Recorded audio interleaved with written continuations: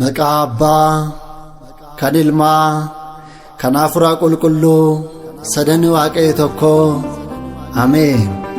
Qulqulloota gaabbii galuun isaaniin barbaachisne 99 caalaa cubbamaa gaabbii galu tokkoon samii irratti gammachuu guddaan ni ta'a. Wangeela Luqaas boqonnaa 15 lakkoofsa 7. Warra baay'ee sana dhiistee na barbaacha'uu kan uftee Amaanu'eel si malee yaa Iyyesuus eenyu ammallee Amaanu'eel si malee yaa Iyyesuus eenyu ammallee warra baay'ee sana dhiistee na barbaacha'uu kan uftee Amaanu'eel si malee yaa Iyyesuus eenyu ammallee Amaanu'eel si malee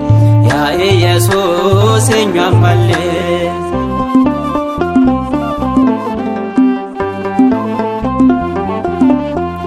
Teessoo keerraa gar kan uftee barbaacha koof baay'ee dhiphattee cubbuu kootiif atnaan jibbine kan akka kee ani hin arganne cubbuu kootiif atnaan jibbine kan akka kee ani hin arganne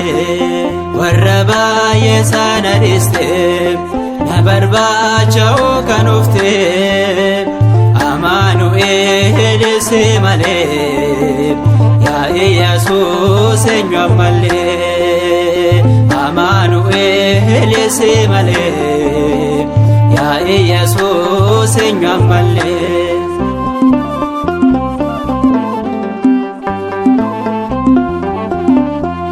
Madaa keessaa koo ilaaltee dhiphina koo anaaf dhiphattee Kuni naatiif gahuuti dennaani beela na baaste ammee dhufnaan Kuni naatiif gahuuti dennaan beela na baaste ammee dhufnaan warra baay'ee sana dhiistee na barbaacha'uu kan uftee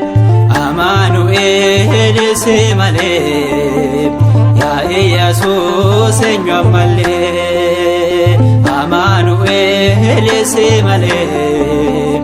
yaa Iyyesuus eenyu ammallee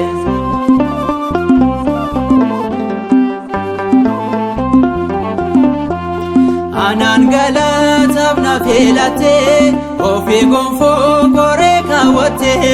ba'aa du'aa narraa kaaftee ofii gindee laamuu qabattee ba'aa du'aa narraa kaaftee ofii gindee laamuu qabattee warra baay'ee sana dhiistee na barbaacha'uu kan uftee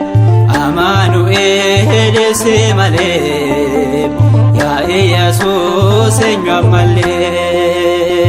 Amaanu'eel si malee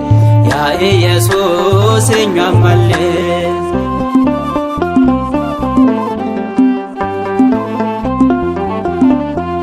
Dhiiga keetiin na beetatteetta mana keettis na waammatteetta Himmiiliquu barruu kee jalaa sin faarfadhaa sin tajaajilaa Himmiiliquu barruu kee jalaa sin faarfadhaa sin tajaajilaa warra baay'ee sana dhiistee na barbaacha'uu kan uftee Amaanu'eel si malee yaa Iyyesuus eenyu ammallee Amaanu'eel si malee yaa Iyyesuus eenyu ammallee warra baay'ee sana dhiistee na barbaacha'uu kan uftee Amaanu'eel si malee